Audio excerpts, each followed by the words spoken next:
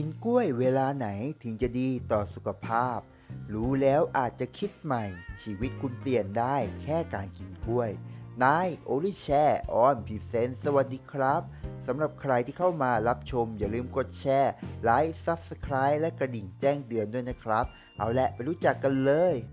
กล้วยถือว่าเป็นผลไม้ของประเทศไทยที่ได้รับความนิยมเป็นอย่างมากครับไม่ว่าจะเป็นกล้วยน้ำว้าหรือว่ากล้วยไข่ หรือว่าจะเป็นกล้วยชนิดไหนๆก็ตามก็ล้วนแล้วแต่มีคุณค่าทางด้านสารอาหารและการดูแลสุขภาพด้วยกันทั้งนั้น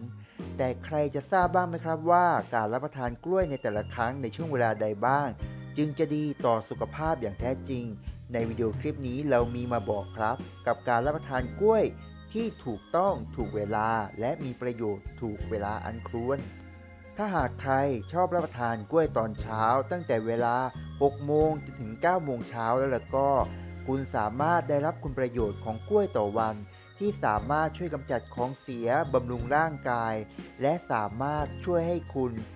แก้ปัญหาโรคกระเพาะได้อีกด้วยครับแต่ถ้าหากคุณชอบรับประทานตอนเที่ยงแล้วก็คุณสามารถทำให้น้ำหนักตัวของคุณลดลงได้ด้วยการรับประทานกล้วยเป็นอาหารกลางวัน เพราะว่าอาหารกลางวันเป็นกล้วยนั้นแคลอรี่ต่ำนิดเดียวครับจึงสามารถย่อยสลายอาหารตอนเช้าได้อย่างหมดจดและยังสามารถควบคุมน้ำหนักตอนเที่ยงไม่ให้คุณหิวโซหรือกินจุกกินจิกมากจนเกินไปเพราะฉะนั้นน้ำหนักของคุณจึงลดแน่นอนครับ